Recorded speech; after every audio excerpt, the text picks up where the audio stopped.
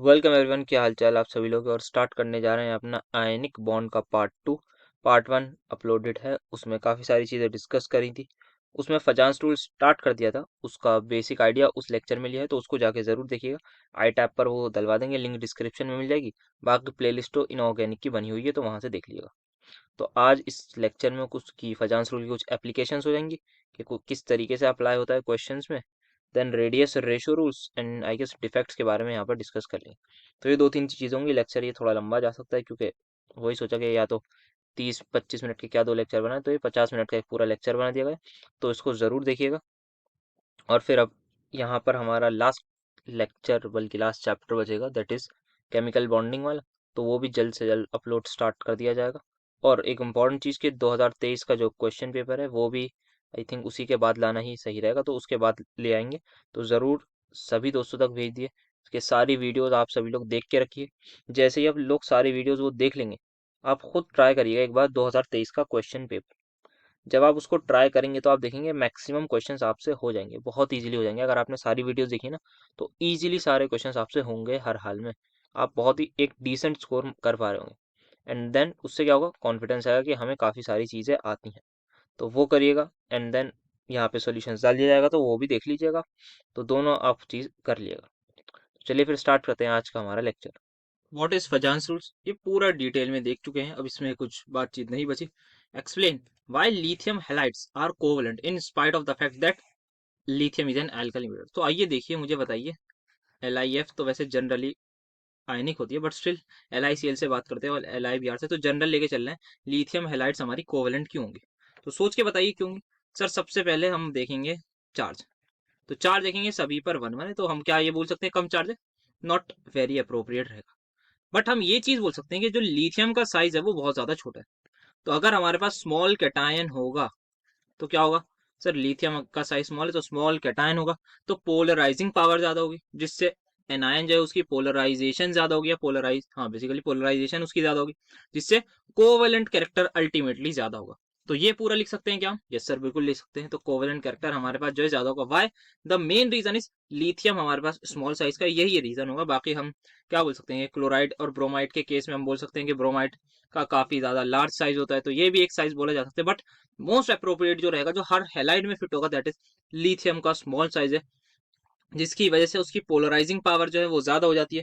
जिस अगर polarising power ज्यादा, तो हमें पता है वो ज्यादा से ज्यादा क्या करेगा, सामने वाले एनायन को अपनी तरफ ज्यादा डिस्टॉर्ट करेगा, या उसकी पोलराइजेशन ज्यादा कर देगा, जिससे क्या होगा, कोवेलेंट कैरेक्टर ऑब्वियसली बढ़ेगा। तो दैट्स वाई हमारी जो लिथियम एलाइड्स हैं वो क्या देखने को मिली है कि वो काफी ज्यादा जो है वो कोवेलेंट इन नेचर होती हैं। तो LiCl ये LiBr ये वगैरह generally they are covalent in nature, ionic compound नहीं है, ये कोवेलेंट होते हैं। और व्हाट इज फजांस रूल, पूरा पीछे देख लीजिएगा। अभी जितने भी पीछे स्टार्ट वीडियो हुई हमारी इसी बात से हुई है।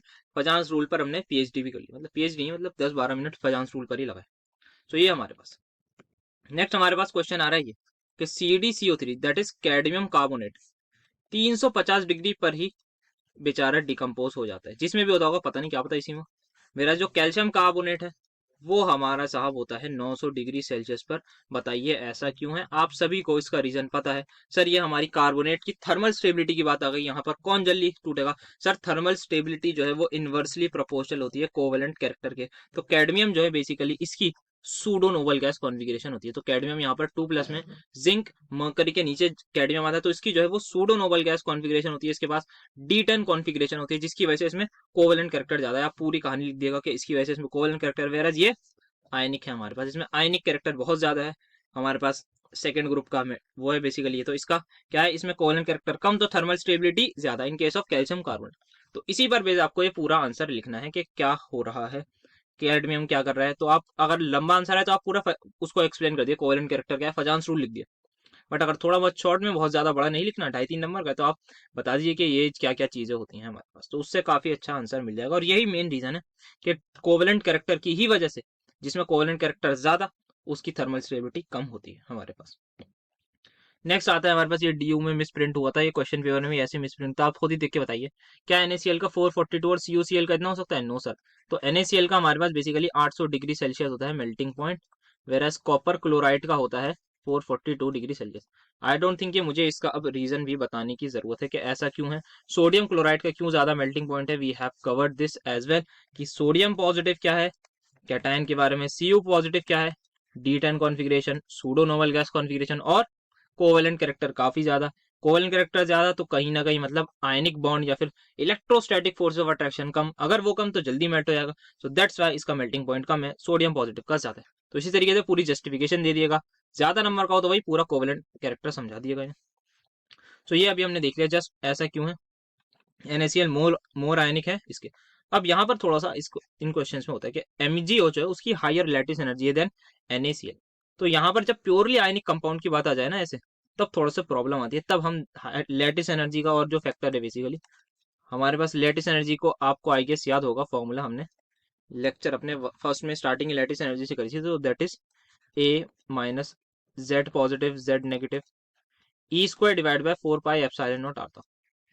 ठीक है, तो ये क्या बता रहा है, एक तो ये डायरेक्टली प्रोपोर्शनल है हमारे पास चार्ज के।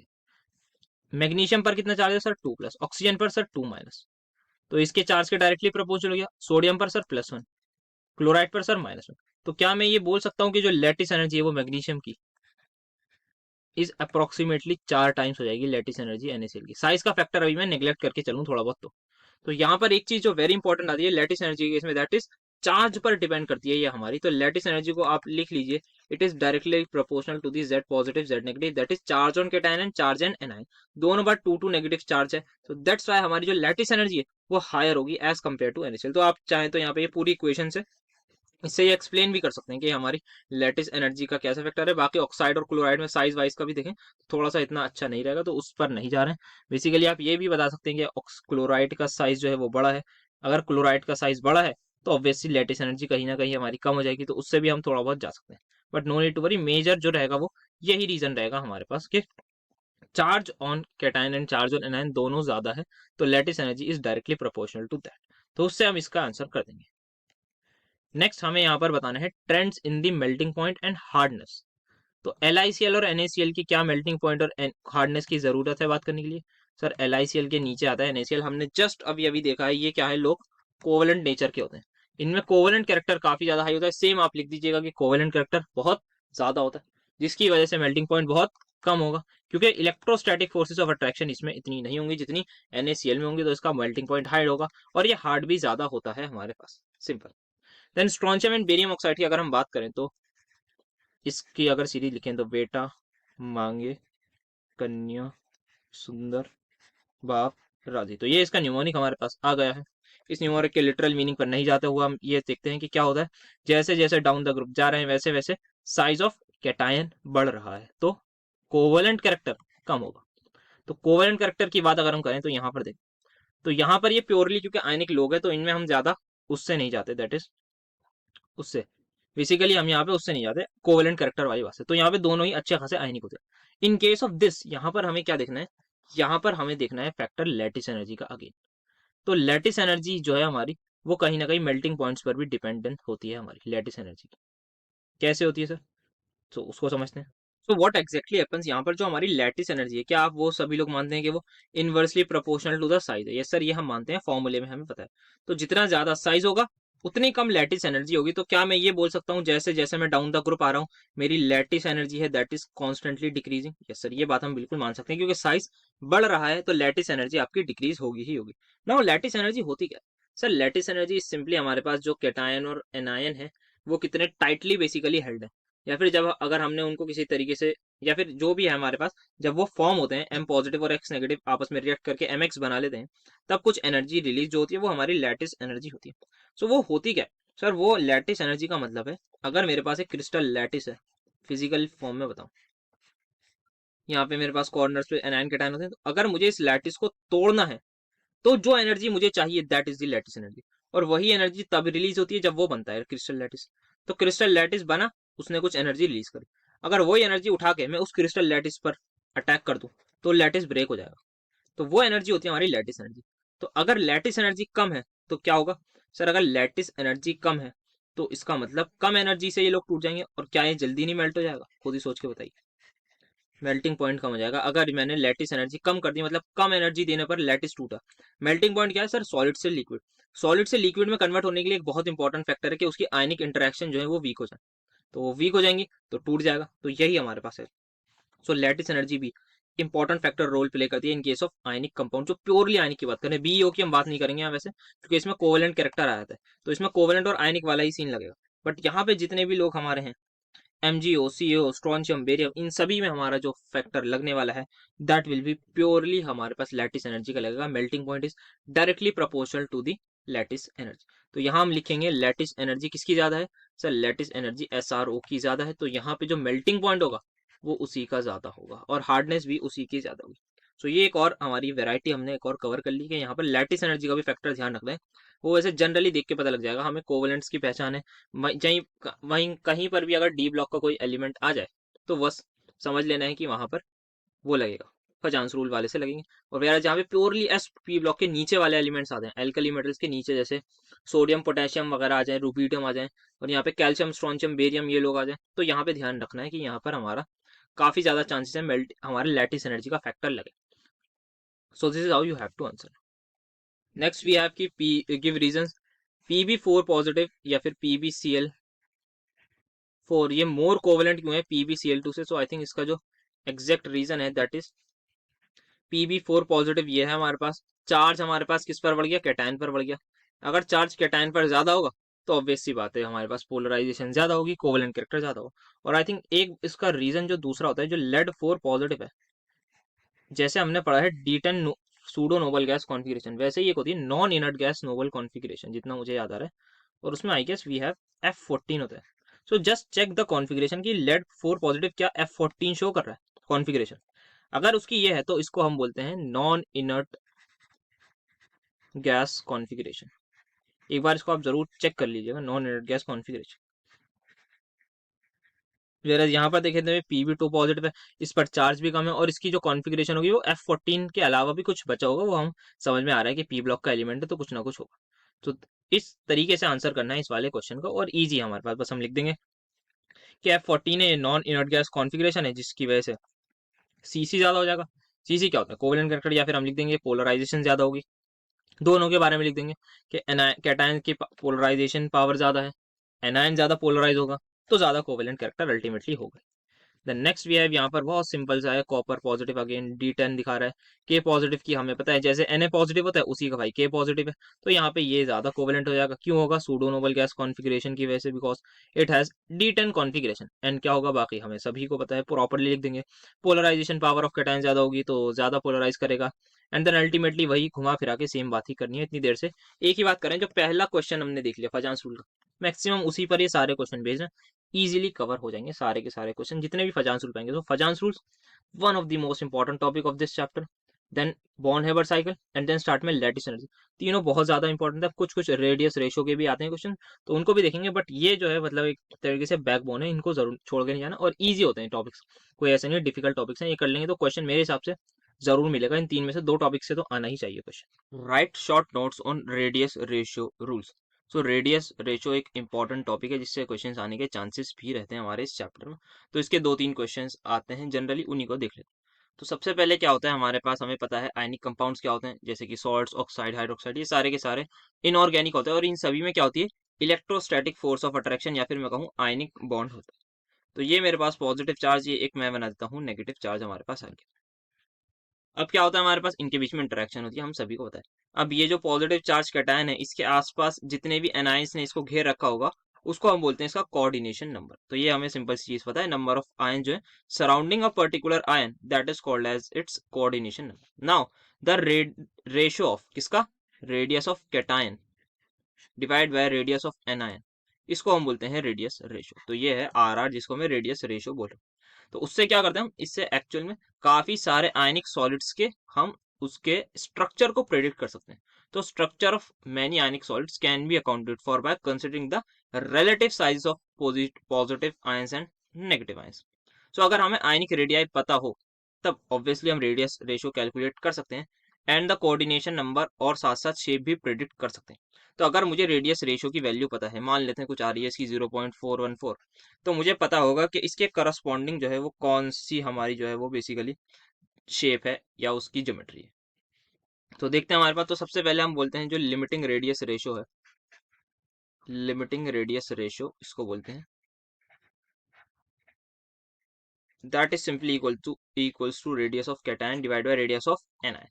अब यहाँ पर मैं रेडियस रेशियो मतलब R positive divide by R negative की वैल्यूज लिख रहा हूँ, यहाँ पर जो कोऑर्डिनेशन नंबर्स के करस्पॉन्डिंग में वो लिख रहा हूँ, और यहाँ पे ज्योमेट्री क्या होगी वो लिख रहा हूँ। तो ये मैं पॉज करके 1 मिनट में लिख देता हूँ। सो ये होगा हमारे पास सारे radius ratio corresponding to the coordination numbers and their geometry. तो 0.155 से जब भी छोटा होगा कोऑर्डिनेशन बेसिकली रेडियस रेशियो, तो कोऑर्डिनेशन नंबर हमारा 2 होगा, उसके करस्पॉन्डिंग ज्योमेट्री होगी लीनियर। सिमिलरली जब इस रेंज में आएगा 0.15 से 0.225, तो कोऑर्डिनेशन नंबर 3 होगा, और हमारा जो शेप होगा या ज्योमेट्री होगी दैट इज ट्रायंगुलर प्लेनर। तो इसको भी एक बार स्क्रीनशॉट ले लीजिए। तो यहाँ पे मैंने ये लाइंस लगा दी, 3 2 1। तो ये भी लिखना होगा हमें इस क्वेश्चन में। देन फाइनली कुछ अजम्पशंस जो हम इस कॉन्सेप्ट में लेते हैं, दैट इज हम ये मानते हैं कि हम जो रेडियस रेशो या आयनिक रेडियाई जो निकालते हैं ना, या जो हमें ionic radii, radius of cation, radius of anion होते हैं, वो हमें एग्जैक्टली पता है, एक्यूरेटली हमें पता है और किसी को नहीं पता। तो हम ये मानते हैं जो रेडियस ऑफ कैटायन है, अगर वो 0.181 एंगस्ट्रॉम है तो वो उतना ही है, उससे आगे पीछे नहीं होगा। बट ऐसा एक्चुअल में नहीं होता, इसकी लिमिटेशंस में यही बात आती है। तो बेसिकली जितनी भी असम्पशंस हैं वही इसकी लिमिटेशन में कन्वर्ट हो जाती हैं। तो लिमिटेशन का क्वेश्चन आगे देखेंगे तो उसमें लिमिटेशंस पूछेंगे, तो जो हमारी असम्पशन है उसी को घुमा फिरा के हमें लिख देना है कि हमने जो ये माना था और यही हमारी गलती थी, तो ये इसकी लिमिटेशन हो गई। इस तरीके से आप देखिएगा, ऐसे ही लिमिटेशंस आ जाएंगी। दूसरा, हम मानते हैं कि आयन जो है वो स्फेरिकल इन शेप होते हैं, और we just saw in Fajans rule कि वहां पर जो एनायन है उसकी शेप को हम डिस्टॉर्ट कर देते हैं। यस सर, ये भी बात सही बोली। देन आयंस को हम कहते हैं कि ये हार्ड इन इलास्टिक स्फीयर्स है, मतलब इनको हम इलास्टिक मतलब थोड़ा सा इनको हम पुश करेंगे तो ये दबेंगे नहीं बिल्कुल भी, एकदम ये इन इलास्टिक है। Then stable arrangement are only possible if the positive and negative ions are in touch. So हम ये भी अज्यूम करते हैं इसमें, जब डेरिवेशन भी करेंगे इसकी, कि कैटायन और एनायन ये बेसिकली आपस में एक दूसरे को टच कर रहे हैं, इनके बीच में कोई भी गैप नहीं है, ये भी माना जाता है।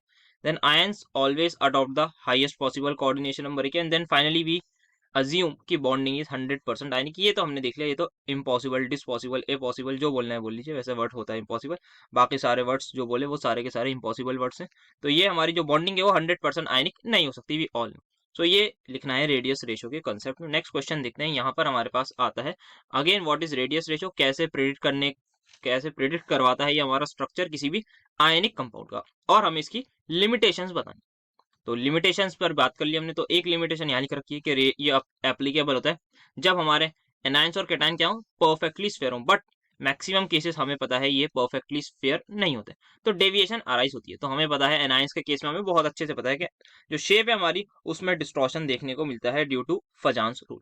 अब यहाँ पे मैंने जेडी के यहाँ पर कटआउट्स लगाए हैं कुछ पिक्चर्स, उसमें यहाँ पर ये लिखा हुआ था बेसिकली कि क्या एग्जैक्टली मैटर है यहाँ पर। तो यहाँ पर जैसे ये लिखा हुआ है वैल्यूज फॉर आयनिक रेडिया। अच्छा पहले आप स्क्रीनशॉट ले लीजिए इसका, 3 2 1। तो यहाँ पे जो आयनिक रेडिया है ये can not be measured absolutely है, बट आर एस्टिमेटेड। तो हम इनको एस्टिमेट कर सकते हैं, ऑब्वियसली ये पॉसिबल है through a certain thing which is called as x-ray crystallography. But the point is यहाँ पर ये मेन लाइन है कि रेडियस ऑफ आयन जो है वो कांस्टेंट नहीं होता, ये चेंज करता रहता है डिपेंडिंग अपॉन इट्स इन्वायरमेंट, ये चीज है। सो इन पर्टिकुलर जो रेडियस जो है वो चेंज करेगा जैसे जैसे कोऑर्डिनेशन नंबर चेंज होगा। कोऑर्डिनेशन नंबर का मतलब सराउंडिंग के जब आयन चेंज होंगे तो हमारा रेडियस किसी भी आयन का चेंज होगा। तो यहाँ पर ये बात ध्यान रखिए। देन यहाँ पर जो आयन है वो हार्ड इलास्टिक स्फीयर्स नहीं होते, ये क्या होते हैं, ये कभी कभी होल्स में भी फिट हो जाते हैं, that are slightly too small, मतलब ये इलास्टिक इन नेचर होते हैं। तो मतलब आयन जो है हमारे कंप्रेस हो जाते हैं, और लैटिस जो है वो फिर डिस्टॉर्ट हो जाएगा। तो ये एक इसकी लिमिटेशन में आ गया। देन नेक्स्ट इसका भी स्क्रीनशॉट ले लीजिए, फिर इसमें कुछ इंपॉर्टेंट चीजें देखते हैं। 3 2 1। तो यहाँ पे असम्पशंस क्या है कि आयंस जो है वो टच कर रहे हैं एक दूसरे को टू कैलकुलेट फॉर लोअर, ये हमारे पास लिमिटिंग रेडियस रेशियो लिमिट। अब यहाँ पे क्या होता है, पॉजिटिव एंड नेगेटिव आयंस को जो है वो टच करना चाहिए हमेशा हर हाल में, ऐसा ये बोलता है रेडियस रेशियो रूल। तभी हम निकालेंगे, आगे हम डेरिवेशंस भी देखेंगे। तो आयंस जो है वो क्लोज हो जाएंगे and get the maximum electrostatic force of attraction, ये होगा हमारे पास। थियोरेटिकली क्या होता है, हमारे पास स्मॉलर आयन जो है वो रेटल्स हो जाते हैं होल्स में, जो होल्स में आ जाते हैं। तो ये क्या करते हैं, that it doesn't touch the neighbouring negative ions. तो यहाँ पर ये एक चीज हो जाती है, और ये क्या और रह जाएंगे, अनस्टेबल। देन यही चीज हमारे पास है, इसको एक बार रीड कर लिएगा और थोड़ा थोड़ा बता देते हैं। देन आयंस क्या स्फेरिकल होते हैं, ये नहीं होता, ऐसा क्यों नहीं होता। सबसे पहले यहाँ पर कुछ एक्सेप्शन दे रखी है, due to the inert pair effect की वजह से यहाँ पर कुछ एक्सेप्शन है। देन हमारे पास इन आयंस में क्या नहीं होती, सेंटर ऑफ सिमेट्री नहीं होती है, और जो स्ट्रक्चर होते हैं उसमें कुछ डिस्टॉर्शन हो जाती है। Then second thing we talk about कि यहाँ पर जो फजांस रूल वाला कंसेप्ट है उसमें आयन एन आयन आयन बोल रहा हूँ, एन आयन का जो शेप है वो डिस्टॉर्ट हो जाता है। नेक्स्ट यहाँ पर हमारे पास कुछ जॉन टेलर इफेक्ट है, ये इतना इंपॉर्टेंट नहीं है, लिखने की जरूरत नहीं है। देन यहाँ पर ये वाला पॉइंट कि 100% आयनिक मोस्ट लाइकली है, यहाँ पे हम देख सकते हैं ये सारे स्ट्रक्चर्स हैं जो पी ऑर्बिटल्स हैं, ये आप एक बार इसको रीड कर लीजिएगा, ये इनके लिमिटेशन है। इतना डिटेल में नहीं था, रीड करने के लिए इसलिए कर दिया ताकि आप लोगों को और डिटेल में चीजें समझ में आ जाए, इसलिए जेडीली जो बुक है सभी जानते होंगे, उसका यहाँ पे कटआउट लगा दिया गया। तो फिलहाल ये, हाँ ये लास्ट चीज है, the radius ratio provide a rough guide to what structures are geometrically possible. तो यहाँ पे एक रफली आइडिया मिलता है हमें, एग्जैक्टली नहीं मिलता, ये रफ गाइड जो है बहुत इंपॉर्टेंट वर्ड है। सो यहाँ पर इसको पढ़ लिएगा। Calculate the radius ratio for an ionic crystal when the coordination number of cation is 4 and 6। तो एक आज डेरिवेशन भी देख लेते हैं, ये भी इंपॉर्टेंट है, इसके भी चांसेस रहते हैं आने के। सो यहाँ पर क्या होता है, सबसे पहले ये जो AC डायगोनल है, ये ब्लू वाले जो है ये सारे हमारे एनायंस हैं, एंड रेड वाला ये हमारा कैटायन है, that is in tetrahedral void कह सकते हैं। सो यहाँ पर टेट्राहेड्रल ज्योमेट्री है बेसिकली ये पूरी हमारी। सो यहाँ पर क्या होता है, जो AC दिख रहा है आपको, ये बॉडी डायगोनल या फिर फेस डायगोनल बेसिकली, इसमें हमारे पास ए पर एक हमारे पास एनायन और सी पर, तो इन दोनों को हमें अज्यूम करते हैं सबसे पहले कि ये दोनों एक दूसरे को टच कर रहे हैं, और ये जो इनका सेंटर टू सेंटर में ज्वाइन कर रहा हूँ, जो बहुत ही ज्यादा बेकार तरीके से हुआ है, एक बार अच्छे तरीके से करते हैं try.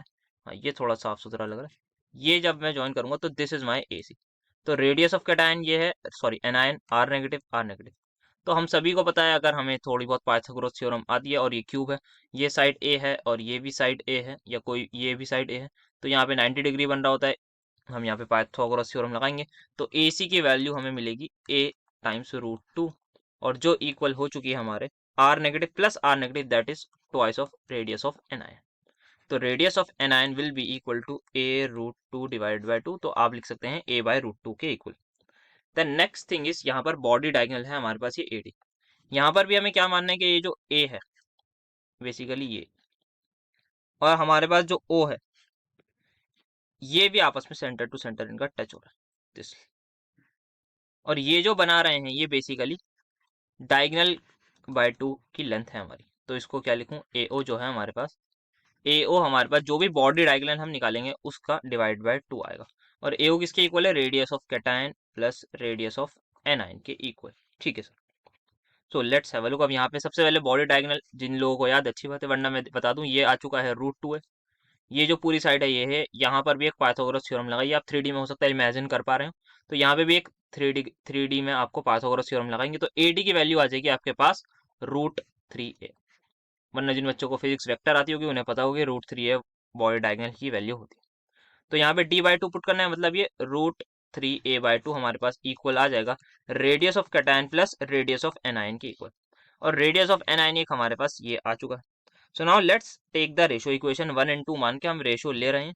So radius of cation plus radius of anion divide by radius of anion will be equal to, क्या लिखें यहाँ पर, तो कैटायन ऊपर आ जाएगा √3a/2, a/2 a से a कैंसिल हो जाएगा, तो लिख ही लेता हूँ भाई, √3a/2 डिवाइड बाय a/√2 लिख रहा हूँ यहाँ पे डायरेक्टली। सो a से a कैंसिल, √2 यहाँ पे ये आ जाएगा √2, तो ये आ जाएगा मेरे पास, सही करा है, √3/√2 के equal, isn't it. Okay fine. So यहाँ पे हमें निकालना है radius of cation plus radius of anion, तो यहाँ पे जरा डिनोमिनेटर को डिस्ट्रीब्यूट करिए और आपको देखने को ये मिलेगा, इतनी मैथ्स बच्चों ने सभी ने पढ़ी है, तो ये आ जाएगा 1, अब 1 को मैं उधर भेज रहा हूँ। So finally I will get radius of cation divide by radius of anion as √3/2 -1, that is ultimately equal to √3 minus √2 divide by √2, और इसकी वैल्यूज आप जैसे ही डालेंगे कैलकुलेटर की मदद से 1.732 डालेंगे minus 1.414 divide by 1.414, and then final answer will be 0.225 आ जाएगा आपका radius of cation upon radius of anion. तो यहाँ पर इसका रेडियस रेशो हमने निकाल लिया, तो एक इंपॉर्टेंट रहता है हमारे पास रेडियस रेशो फॉर दिस, तो इसको याद करके जाइएगा ये डेरिवेशन। नेक्स्ट हमारे पास आती है ऑक्टाहेड्रल ज्योमेट्री की, तो उसको भी देख लेते हैं। तो यहाँ पर सबसे पहले कुछ इस तरीके से हमारे पास होता है जो कैटायन, सॉरी हाँ, जो कैटायन है वो बीच में होता है 4 एनायंस के। इसके ऊपर की साइड मतलब अबव द प्लेन एक एनायन और बिलो द प्लेन एक एनायन होता है, तो ऐसा इसका कोऑर्डिनेशन नंबर 6 हो जाता है। अब यहाँ पे सबसे पहले आप सभी को दिख रहा होगा, यहाँ पर एक ट्राइंगल बन रहा है। इस ट्राइंगल की साइड को कर लेते हैं या स्क्वायर मान लेते हैं, पहले तो ये बेसिकली स्क्वायर है। इस स्क्वायर की साइड को हम मान लेते हैं ए। सो ये जो स्क्वायर बना है यहाँ से लेके यहाँ तक इसकी साइड है, ये तो सारे सारे ए हैं। तो ए सी की value directly I am writing a√2 आ जाएगी। आप प्रॉपर्ली कैलकुलेट करके दिखाइएगा, एग्जाम में लंबे लंबे स्टेप्स करेंगे तो ज्यादा आप पेपर भरेंगे तो ज्यादा ही पेज भरने होते हैं एग्जाम में। तो a√2 आ जाएगा आपके पास। अब यहाँ पे क्या है, मेरे पास ये है एनायन, तो ये आ जाएगा रेडियस ऑफ एनायन।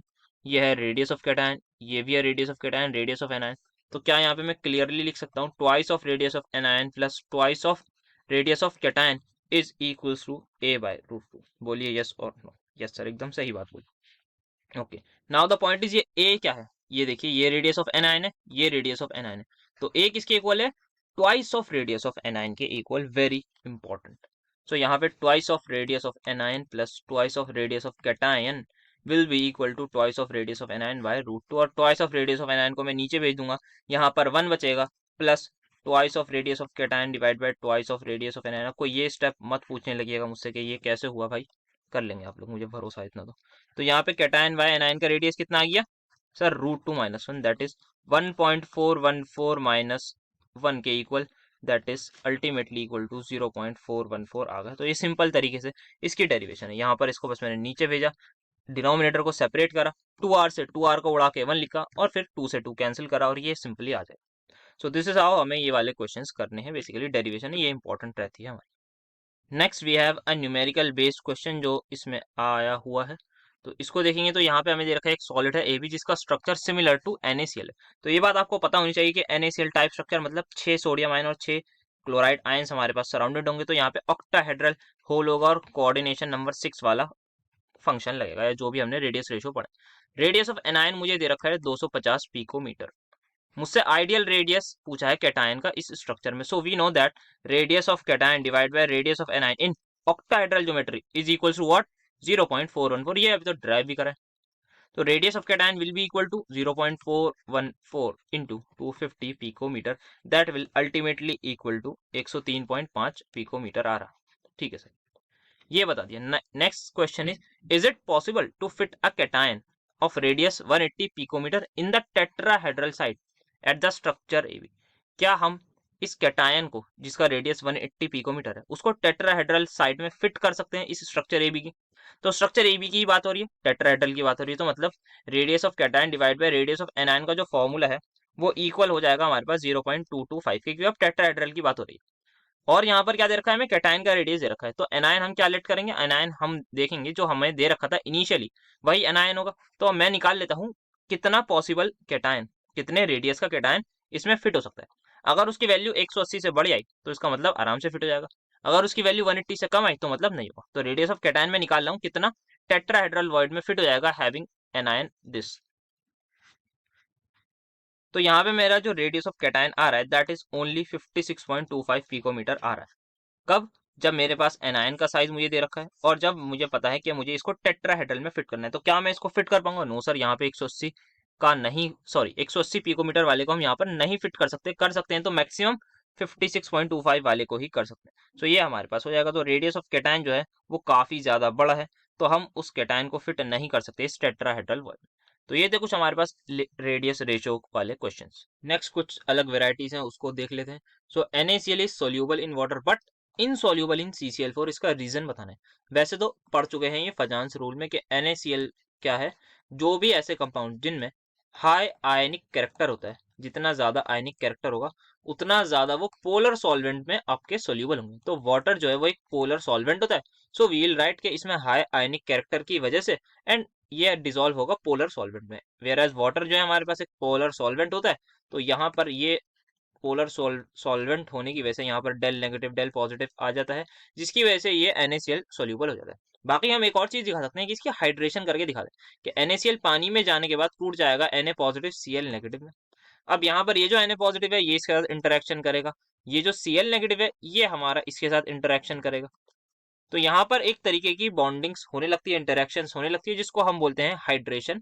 और जो एनर्जी रिलीज होती है उसको बोलते हैं हाइड्रेशन एनर्जी। तो यहाँ पे हाइड्रेशन एनर्जी काफी ज्यादा रिलीज होती है, जो अगर एनर्जी ज्यादा रिलीज होगी तो ऑब्वियसली स्टेबिलिटी बढ़ेगी। दूसरा अगर हम बात करें CCl4 के बारे में, तो CCl4 के बारे में हम लिखेंगे कि ये एक नॉन पोलर सॉल्वेंट है। कैसे नॉन पोलर है सर? यहाँ तो कार्बन और जो क्लोरीन है उसकी बॉन्ड में इलेक्ट्रोनेगेटिविटी डिफरेंस है। आपने बिल्कुल सही बोला, इस पर डेल नेगेटिव यही सब पर आना चाहिए। बट द पॉइंट इज, इस कंपाउंड का जो नेट डायपोल मोमेंट है वो 0 है। इसकी बात आई गेस केमिकल बॉन्डिंग वाले पार्ट में जरूर करी जाएगी, तो अगर उससे रिलेटेड क्वेश्चन हो तो करेंगे। तो यहाँ पे इसका जो नेट डायपोल मोमेंट होता है कंपाउंड का वो 0 होता है, तो ये नॉन पोलर हो गया। दैट्स वाई हमारे पास इसमें इनसोल्यूबल होता है हमारा NaCl।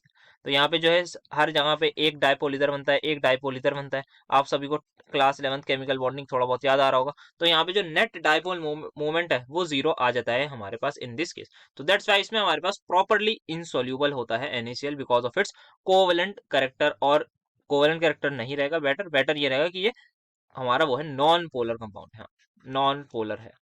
और वाटर इज अ पोलर, तो उसमें हमारे आयनिक कंपाउंड जो है वो इजीली डिसॉल्व हो जाते हैं, तो ये सोल्यूबिलिटी का रीजन हो जाएगा। नेक्स्ट हमारे पास आता है एक क्वेश्चन जो हमें मेल्टिंग पॉइंट का है, तो इसको थोड़ा सा समझिए। हमने बात कर चुके हैं, हम काफी ज्यादा बातचीत कर चुके हैं। यहाँ पर आप देखेंगे कैटायन सेम है, एनायन अलग अलग है।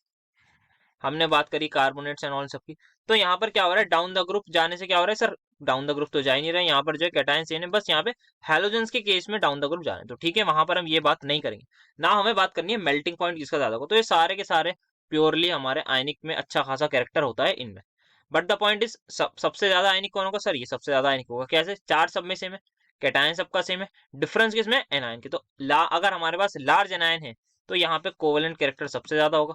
तो कोवेलेंट कैरेक्टर अगर सबसे ज्यादा, तो मेल्टिंग पॉइंट क्या होगा? सबसे कम होगा। तो ये हमारे पास इसका रीजन हो जाएगा। अब हमें ये कैसे आइडेंटिफाई करना है? जब भी कैटायन सेम हो, जब भी कैटायन सेम हो, तो मेजरली हम जब लगाते हैं अपना फजांस रूल ही लगता है अगर एनायन डिफरेंट हो।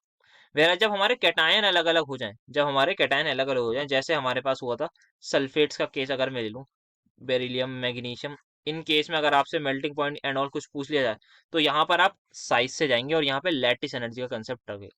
तो डिफरेंस कहां पर आ रहा है, ध्यान रखिएगा। सल्फेट्स एंड ऑल इनके केस में आप कोवेलेंट कैरेक्टर नहीं लगा सकते, बिकॉज यहाँ पे सल्फेट जो है एक मतलब एक सिंगल एनायन नहीं है, पॉली एटॉमिक हो जाएगा।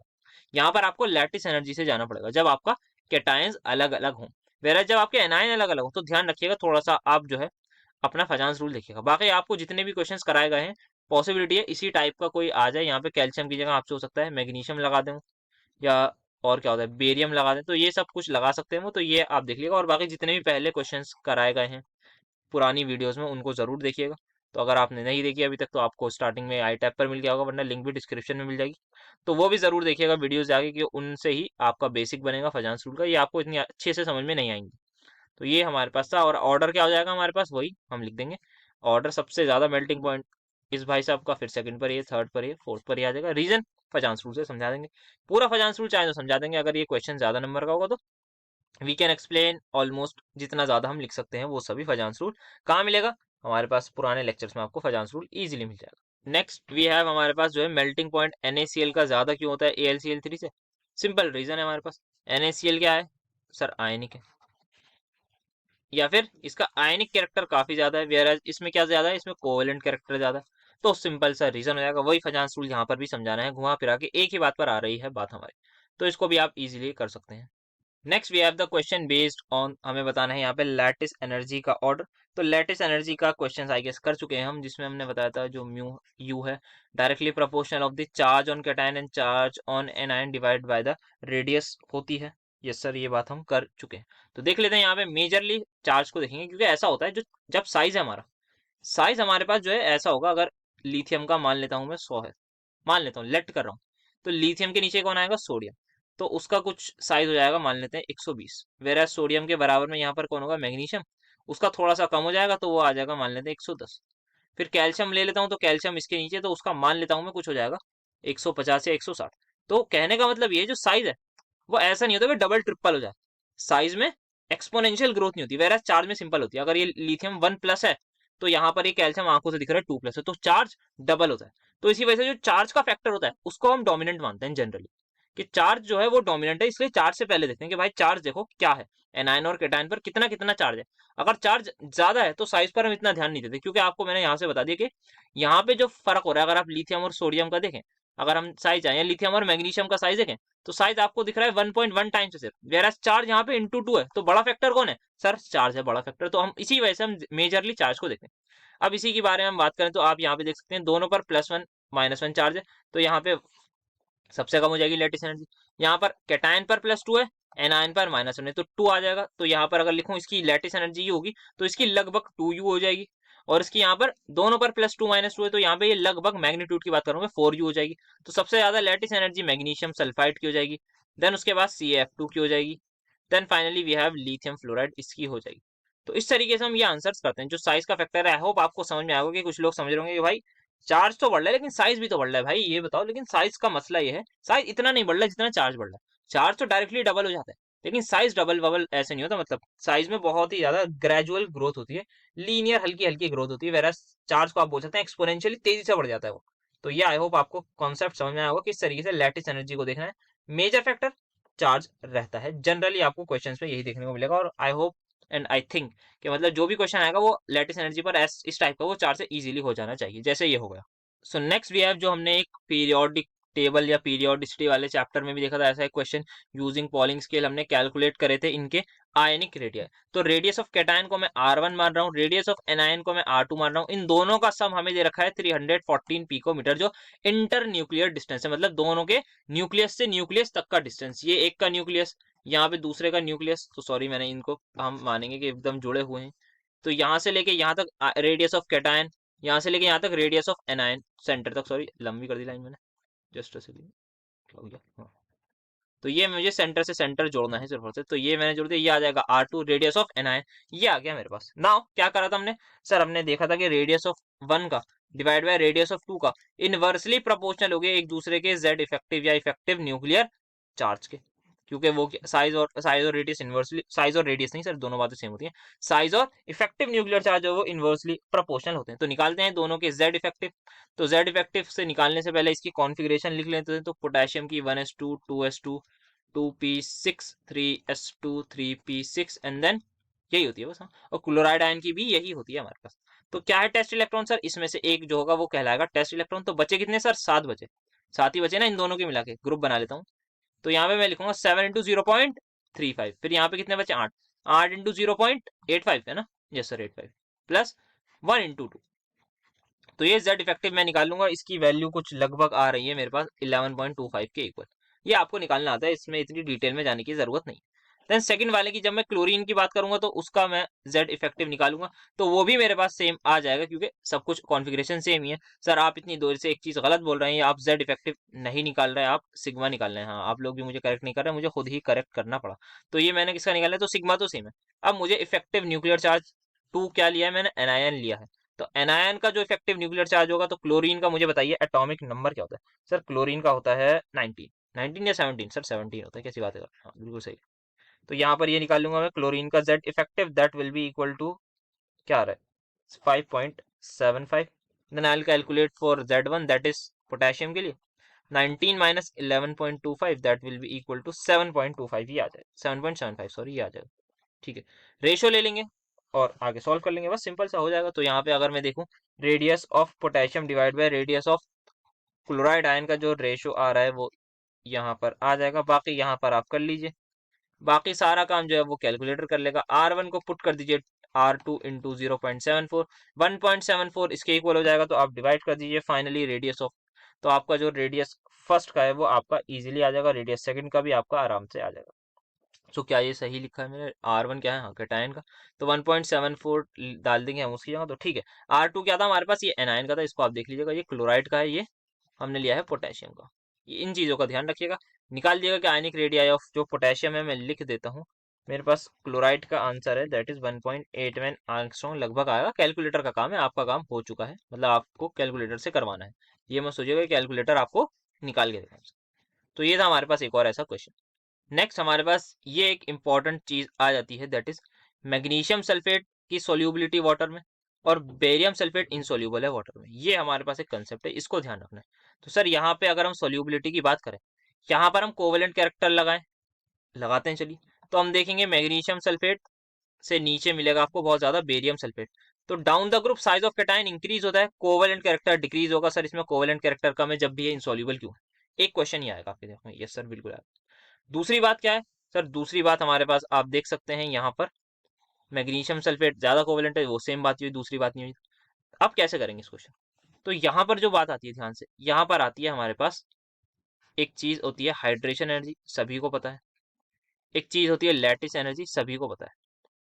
एक्चुअल में क्या होता है जब हमारे पास हाइड्रेशन एनर्जी क्या होती है सर? हाइड्रेशन एनर्जी वो एनर्जी होती है जब भी किसी सॉल्ट को हम पानी में डालते हैं, वो वाटर के साथ इंटरेक्शन होती है, उस इंटरेक्शन को हम बोलते हैं कि हाइड्रेशन हो गई इस मॉलिक्यूल की। जैसे Na पॉजिटिव Cl नेगेटिव के केस में देखिए, तो इंटरेक्शन के बाद कुछ एनर्जी रिलीज होती है, उसी रिलीज एनर्जी को हम बोलते हैं hydration energy.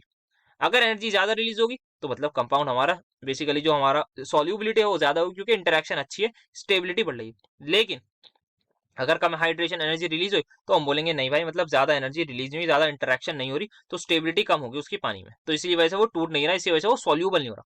Now lattice energy क्या होती है? Amount of energy required to break that crystal lattice. अगर मैं आपको इसको समझाऊं, यहाँ पे सोडियम NaCl के केस लेता हूँ, ये एक लैटिस है मेरे पास, कोई भी एक लैटिस है, मैंने इसको पानी में डाला, ये टूटेगा कब सर? ये जब टूटेगा जब ये हमारे पास बेसिकली यहाँ पे Na पॉजिटिव Cl नेगेटिव होता है, जब ये वाटर के साथ अच्छे से इंटरेक्शन कर लेंगे। अगर वाटर के साथ अच्छे से इंटरेक्शन हुई तो क्या होगा सर? हाइड्रेशन एनर्जी ज्यादा होगी। तो आप बिल्कुल सही जा रहे हैं। अगर हमारी हाइड्रेशन एनर्जी लैटिस एनर्जी से ज्यादा हो गई तब हमारा कंपाउंड होता है सोल्यूबल इन वाटर। ये बहुत ज्यादा एक फंडामेंटल रूल है। हाइड्रेशन एनर्जी मतलब वाटर से इंटरेक्शन करने के बाद एनर्जी अगर ज्यादा रिलीज हुई as compare to lattice energy. सोचिए कॉमन सेंस लगा के, लैटिस एनर्जी क्या है? अगर हमें इस लैटिस को तोड़ दें तो हमारे पास, अगर हमने इस लैटिस को तोड़ने का मतलब क्या है? Basically Na positive Cl negative अगर हम लेट कर रहे हैं एनायन कैटायन, तो उनके बीच के इंटरेक्शन को हटा के उनके बीच में वाटर मॉलिक्यूल्स ले आएंगे, अब वो उनसे इंटरेक्शन करेंगे, तो ये हाइड्रेशन हो गई। हाइड्रेशन में हाइड्रेशन एनर्जी रिलीज हुई। अगर जो एनर्जी रिलीज हुई वो इतनी सफिशियंट हुई कि इनके बीच के इंटरेक्शन को तोड़ दे तो काम बन जाएगा। Yes sir. तो इसी वजह से अगर हाइड्रेशन एनर्जी ज्यादा हुई लैटिस एनर्जी से, लैटिस एनर्जी वो एनर्जी लैटिस तोड़ने के लिए चाहिए, तो लैटिस एनर्जी से अगर ज्यादा हो गई हाइड्रेशन एनर्जी, मतलब रिलीज एनर्जी रिक्वायर्ड एनर्जी से अगर ज्यादा हो गई, तो कंपाउंड सोल्यूबल होगा क्योंकि वो इंटरेक्ट कर पाएगा। तो यहाँ पर ये कंसेप्ट लगता है। तो आपको ये कहानी समझानी है कि हाइड्रेशन एनर्जी क्या होती है, लैटिस एनर्जी क्या होती है, और अगर हाइड्रेशन एनर्जी ज्यादा हुई लैटिस एनर्जी से तभी हमारा कंपाउंड क्या होता है, ये सोल्यूबल होता है, और अगर इसका उल्टा होगा तो इनसोल्यूबल होगा। ये आपको समझानी है। अब आप क्या देख सकते हैं यहाँ पे डाउन द ग्रुप, इसकी कुछ लैटिस एनर्जी होगी यू।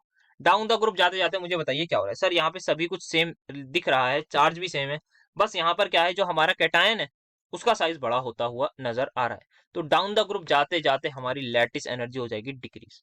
तो यहाँ पे लैटिस एनर्जी क्या हुई? कुछ कम हो जाएगी। तो मान लेता हूं मैं इसकी लैटिस एनर्जी हो जाएगी U/2, कुछ ऐसे ही लेट कर रहा हूं मैं, कुछ कम हो जाएगी, U से कम हो जाएगी।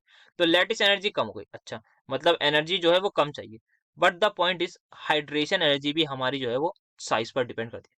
तो अगर हाइड्रेशन एनर्जी कुछ H थी, यहाँ पर लेट कर रहा हूँ, तो जो हाइड्रेशन एनर्जी है वो U/2 नहीं होगी, वो मान लेते हैं कुछ 4 गुना कम हो जाएगी। सो कहने का मतलब ये है, डाउन द ग्रुप जाते जाते लैटिस एनर्जी डिक्रीज हो रही है, डिक्रीज हो रही है, हाइड्रेशन एनर्जी भी डिक्रीज हो रही है, डिक्रीज हो रही है, but decrease in hydration energy क्या है, वो ज्यादा है हमारे पास। तो डिक्रीज इन हाइड्रेशन एनर्जी का जो फैक्टर है वो ज्यादा है हमारे पास as compare to lattice energy. तो डिक्रीज इन हाइड्रेशन एनर्जी जो है वो ज्यादा है। तो अगर हाइड्रेशन एनर्जी कम हो गई किससे? लैटिस एनर्जी से अल्टीमेटली कम हो जाएगी। आप यहाँ पर देख सकते हैं एग्जाम्पल जो लिया है मैंने, एक्यूरेट वैल्यूज मुझे भी नहीं पता, आपको भी नहीं पता, ना जानने की जरूरत है। तो यहाँ पर जैसे ही डिक्रीज हो गई हाइड्रेशन एनर्जी ज्यादा, तो इसका मतलब अल्टीमेटली हाइड्रेशन एनर्जी कम होने वाली है और लैटिस एनर्जी ज्यादा होने वाली है, और हमारा जो सॉलिड है वो इनसॉल्यूबल हो जाएगा, उसको हम तोड़ नहीं सकते, क्योंकि अब हमारे पास सफिशिएंट एनर्जी नहीं बची कि हम उस लैटिस को ब्रेक डाउन कर सकते। समझ आया? बोलिए ये सुन। एक और बार बता देता हूँ कि लैटिस एनर्जी कुछ होगी, हाइड्रेशन एनर्जी कुछ होगी, दोनों साइज के इनवर्सली प्रोपोर्शनल होती हैं, दोनों की दोनों। तो साइज बड़ा, दोनों चीजें क्या होंगी? कम हो जाएंगी। लैटिस एनर्जी भी डिक्रीज हुई, हाइड्रेशन एनर्जी भी डिक्रीज हुई, बट द पॉइंट इज जो डिक्रीज हुआ है, जो डिक्रीज इन फैक्टर हुआ है फॉर लेट हाइड्रेशन एनर्जी वो ज्यादा है। यहाँ पर ये 4 टाइम्स कम हो गई, वेरएज लेट कराई मैंने 1/2, हो सकता है इतनी नहीं हो, मतलब कोई अलग वैल्यूज होंगी, कोई भी आर्बिट्री वैल्यूज होंगी, but the point is hydration energy में जो डिक्रीज है वो ज्यादा मिलेगा आपको as compare to lattice energy. तो ये बात आपको लिखनी है, और फिर आप फाइनली लिख देंगे कि अगर ऐसा हो जाएगा तो वो इनसोल्यूबल हो जाएगा। तो this is the reason why barium sulphate is insoluble in water, क्योंकि इसकी जो हाइड्रेशन एनर्जी है वो काफी ज्यादा डिक्रीज हो जाती है डाउन द ग्रुप जाते जाते due to its larger size of barium. Whereas magnesium के केस में साइज हमारे पास डिसेंट रहता है, और यहाँ पर हमारे पास लैटिस एनर्जी और हाइड्रेशन एनर्जी में डिफरेंस भी जो है वो हाइड्रेशन एनर्जी इतनी ज्यादा डिक्रीज नहीं होती, ये डोमिनेंट ही रह रही होती है। So this is the exact reason for the solubility. I hope ये अच्छे से समझ में आया होगा कंसेप्ट। नेक्स्ट जो बचा है वो एक छोटा सा डिफेक्ट्स का टॉपिक है, जिस पे एक आध क्वेश्चन आया हुआ है, उसको देख लेते हैं। तो डिफेक्ट्स बेसिकली हमारे पास दो तरीके के होते हैं, एक होते हैं स्टोशियोमेट्रिक, स्टोइकियोमेट्रिक, ये ऐसा क्यों लग रहा है, स्पेलिंग गलत लिख दी, बट लेट इट बी, देख लिएगा आप। एक होते हैं स्टोशियोमेट्रिक और एक होते हैं नॉन स्टोशियोमेट्रिक। इसमें क्या होता है, जो कैटायन और एनायन है उनका सेम रेशो होता है मिस। डिफेक्ट का मतलब क्या है, कोई कमी, किस चीज की कमी, बेसिकली एनायन या कैटायन फ्रॉम द लैटिस में से वो आपके गायब होते हैं। तो स्टोशियोमेट्रिक मतलब कैटायन और एनायन का जो रेशो है वो आपका लगभग सेम होता है, ये होता है इन केस ऑफ स्टोशियोमेट्रिक। और नॉन में मतलब रेशियो जो है वो अलग अलग होता है, बहुत ही ज्यादा वियर्ड सा होता है। सो यहाँ पे हमारे पास एक होता है शॉर्ट की डिफेक्ट, जो आप देख सकते हैं यहाँ पर कटआउट लगा दिया, इसका स्क्रीनशॉट ले लिएगा। तो शॉर्ट की डिफेक्ट की डायरेक्टली फिगर से अगर मैं समझाऊं तो यहाँ पर क्या होता है, ये हमारे पास पूरा क्रिस्टल लैटिस है, ए पॉजिटिव बी नेगेटिव। देन यहाँ पर एक आपको मिसिंग दिख रहा होगा, यहाँ से ए पॉजिटिव, तो यहाँ से ए पॉजिटिव मिस है, यहाँ से B negative. So in case of Schottky defect क्या होता है, एक ए पॉजिटिव बाहर चला जाता है, अपनी पोजिशन से बाहर चला जाता है और यहाँ पे होल बना लिया। अब यहाँ पे क्या होता है, in order to maintain electrical neutrality, यहाँ से एक बी नेगेटिव भी उठकर बाहर आ जाए, तो पॉजिटिव को बैलेंस करने के लिए एक नेगेटिव भी हमारे पास बाहर आ जाता है। सो ये होता है हमारे पास इन दिस केस, एक पॉजिटिव और एक नेगेटिव आयन जो है वो एब्सेंट हो जाता है। अब खुद ही देखिए, आयंस यहाँ पर कम होगा या बढ़ गए, सर लैटिस जो पूरा स्ट्रक्चर था उसमें से कुछ आयंस कम होगा, तो डेंसिटी जो है हमारी वो कम हो जाती है यहाँ। तो इन दिस केस हमारी डेंसिटी जो है वो डिक्रीज हो जाती है, और ये जनरली किसके लिए देखा जाता है, कोऑर्डिनेशन नंबर 8 और 6 लोग वाले लोगों के लिए देखा जाता है। Next we have Frenkel defect. इसमें क्या होता है, यहाँ पर ये जो ए पॉजिटिव था ये किसी इंटरस्टिशियल साइट पर जाके बैठ जाता है, ये क्रिस्टल के ही अंदर, बस इसने अपनी जो पोजीशन थी वो छोड़ दी, इसने कहा मेरा मन नहीं कर रहा, मैं यहाँ नहीं रुकूंगा, मैं कोई किसी और सीट पर जाके बैठूंगा। सिंपली उठाए वहां जाके चला गया। इससे क्या हुआ, यहाँ पे जो लैटिस था उसके स्ट्रक्चर में थोड़ी यहाँ पर एक होल क्रिएट हो गया। बट द पॉइंट इज ये बाहर निकला, इसने कहा नहीं नहीं मैं रूम में ही रहूंगा, इसी रूम में बस सीट चेंज कर रहा हूँ अपनी, बाहर नहीं जाऊंगा मैं कहीं, तो वो यहीं पर रहेगा। वैसे पीछे वाले केस में ए रूम से बाहर चला गया, फिर बी ने कहा चलो मैं भी चलता हूँ तुम्हारे साथ, तो वो दोनों लोग चले गए। तो यहाँ पर क्या हुआ है, यहाँ पर ए रूम से बाहर नहीं गया, मतलब जो डेंसिटी है यहाँ पर वो सेम रहती है यहाँ पर, in case of Frenkel defect. और यहाँ पे ये एक ही कोई बंदा अपनी पोजीशन चेंज करेगा, या हो सकता है बी नेगेटिव भी कहीं चेंज कर दे, बट ऐसा नहीं होगा कि ए पॉजिटिव ही करेगा तो बी ही करेगा, क्योंकि यहाँ इलेक्ट्रिकल न्यूट्रलिटी का भी कंसेप्ट नहीं लगेगा, क्योंकि इनसाइड ही है। तो यहाँ क्या होता है, हमारे पास होल बनता है और आयन जो है वो ऑक्यूपाई करता है side, now occupies an interstitial position. तो ये हमारे पास है, इसको आप रीड कर सकते हैं डिटेल में, इसको देख लिया। नेक्स्ट तरीके के जो डिफेक्ट होते हैं हमारे पास वो होते हैं नॉन स्टोशियोमेट्रिक डिफेक्ट। यहाँ पे पूरा कटआउट जेडीली का लगाया हुआ है, इसको आप अच्छे से रीड कर लिएगा, एक बार देख लिएगा, समझा दिया इसका मतलब क्या होता है। तो आप यहाँ पे देख सकते हैं FeO, यहाँ पे ये है 0.84 ऑक्सीजन, देन ये है Fe 0.94, ये 0.9। तो यहाँ पे आप देख सकते हैं नॉन स्टोशियोमेट्रिक है, कुछ आयरन के एटम्स मिसिंग है यहाँ से, कुछ बेसिकली आयरन ही मिसिंग है यहाँ से। सो यहाँ पे जो है क्या है, if the ratio of the atoms is not exactly 1:1 in the above cases, then यहाँ पे क्या है, या तो एक्सेस ऑफ मेटल है या फिर डेफिशिएंसी ऑफ मेटल आयंस आपको देखने को मिलेगी। अच्छा, यहाँ पे इलेक्ट्रिकल न्यूट्रलिटी कैसे मेंटेन होती है, बाहर से कोई एटम चला जाता है तो हमारे पास किसी एक्स्ट्रा इलेक्ट्रॉन से होती है। तो यहाँ पर कोई एटम अगर चला गया, तो ऐसा नहीं कि अगर एक Fe चला गया, Fe2 पॉजिटिव चला गया तो ऑक्सीजन क्या O2 नेगेटिव भी बाहर चला जाएगा, ऐसा नहीं होता। मेटल चला गया बट वहां पे जो इलेक्ट्रॉन है वो आके इलेक्ट्रिकल न्यूट्रलिटी को मेंटेन करते हैं। तो ये होता है यहाँ पर in case of non stoichiometric defect. अब इसके कुछ टाइप्स होते हैं, इसका भी एक आप स्क्रीनशॉट ले लीजिएगा। यहाँ पर आप देख सकते हैं यहाँ से कौन गया है, सर यहाँ से जा चुका है हमारा बी नेगेटिव। तो बी नेगेटिव पर 1 नेगेटिव चार्ज है, तो उसकी जगह एक इलेक्ट्रॉन ने आके इलेक्ट्रिकल न्यूट्रलिटी को संभाला, क्योंकि उसने छोड़ दिया था तो इलेक्ट्रिकल इलेक्ट्रॉन ने कहा मैं जिम्मेदारी लेता हूँ, मैं संभालू। तो ये होता है हमारे पास in case of F centers वाले में। देन यहाँ पर इसका कुछ कलर से भी रिलेशन होता है, तो वो भी एक बार आप इसको रीड कर लिएगा, वैसे इतना इंपॉर्टेंट नहीं है, आप पीछे तक भी लिखेंगे तो वहीं तक हमारा काम हो जाएगा, दैट इज यहाँ तक, ये बेसिकली यहाँ तक काम हो जाएगा। तो ये ब्लू ब्लैक इन कलर है, ठीक है। Then we have interstitial and electron, तो इसको भी एक बार रीड कर लिएगा, थोड़ा टाइम भी हो चुका है, तो मतलब आसान चीज़ें, कोई ऐसा डिफिकल्ट नहीं है, थियोरिटिकल है काफ़ी ज़्यादा। तो आप यहाँ पे देख सकते हैं ए पॉजिटिव ने अपनी जगह छोड़ी और इलेक्ट्रॉन हमारे पास ज़्यादा आ गया, तो यहाँ पर एक इलेक्ट्रॉन आपको बाहर भी दिख रहा होगा। In order to maintain neutrality के ए पॉजिटिव जो है वो एक्सेस में आ गया, तो मेटल अगर एक्सेस में आया है तो उस पर पॉजिटिव चार्ज होगा, तो उस पॉजिटिव चार्ज को कौन न्यूट्रल करेगा, सर नेगेटिव चार्ज, और वो इलेक्ट्रॉन जिम्मेदारी लेता है वो करने की। तो यहाँ पर ये हो रहा है हमारे पास। ओके, सो ले लिया होगा। नेक्स्ट देखते हैं यहाँ पर मेटल डेफिशिएंसी। तो मेटल डेफिशिएंसी का मतलब मेटल की कमी हो रही है, जैसे कि आप यहाँ पर देख सकते हैं। यहाँ पर हमारे पास जो है वो ए पॉजिटिव यहाँ से गायब है, तो एक पॉजिटिव चार्ज चला गया। तो यहाँ पर क्या करेगा, जो दूसरा ए है वो कहेगा भाई मैं 2 इलेक्ट्रॉन अपने लूज कर रहा हूँ, ताकि इलेक्ट्रिकल न्यूट्रलिटी मेंटेन हो। बेसिकली एक इलेक्ट्रॉन पहले से लूज कर रखा था, इसने पहले ए पॉजिटिव था, इसने कहा मैं एक और इलेक्ट्रॉन को बाहर भेज रहा हूँ और मैं खुद बन जाऊंगा A2 पॉजिटिव। तो ये होता है हमारे पास इन दिस केस। ये क्या है, metal deficiency cause by missing positive ion. यहाँ में एग्जांपल भी रखा है Fe2+ अगर मिसिंग है तो there must be 2 Fe3 positive ions somewhere in the lattice to balance. तो अगर एक Fe2 पॉजिटिव मिस है, मतलब हमारा नेट चार्ज कितना कम हो गया सर, 2 कम हो गया। अगर 2 पॉजिटिव को बढ़ाना है तो किन्हीं 2 Fe को एक एक अपना इलेक्ट्रॉन गंवाना होगा, ताकि वो इलेक्ट्रिकल न्यूट्रलिटी मेंटेन करे।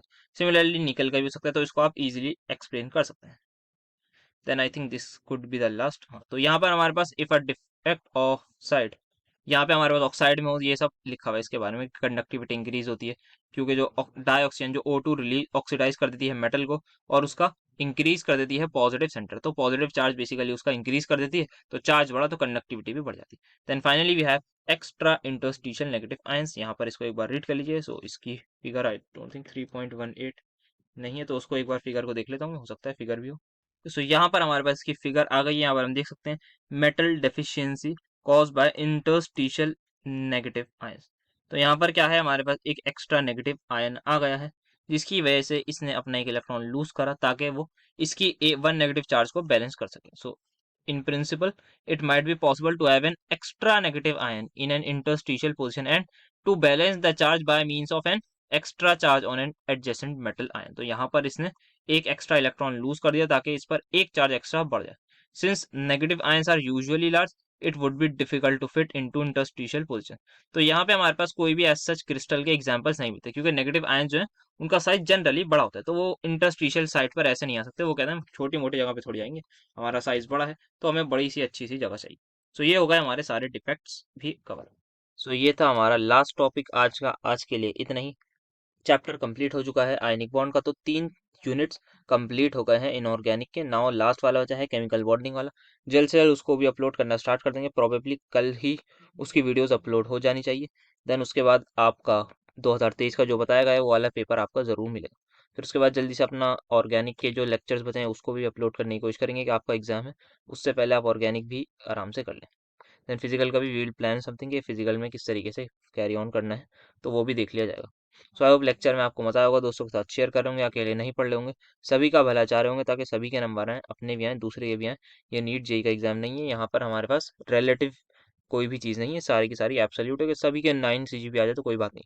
से 9 मतलब जितने भी आपकी एक्सपेक्टेशन है, जितनी ज़्यादा से ज़्यादा सभी का है, तो सभी के लिए अच्छी बात होगी। सो मिलते हैं आपसे नेक्स्ट लेक्चर में। तो thank you so much for attending my lecture.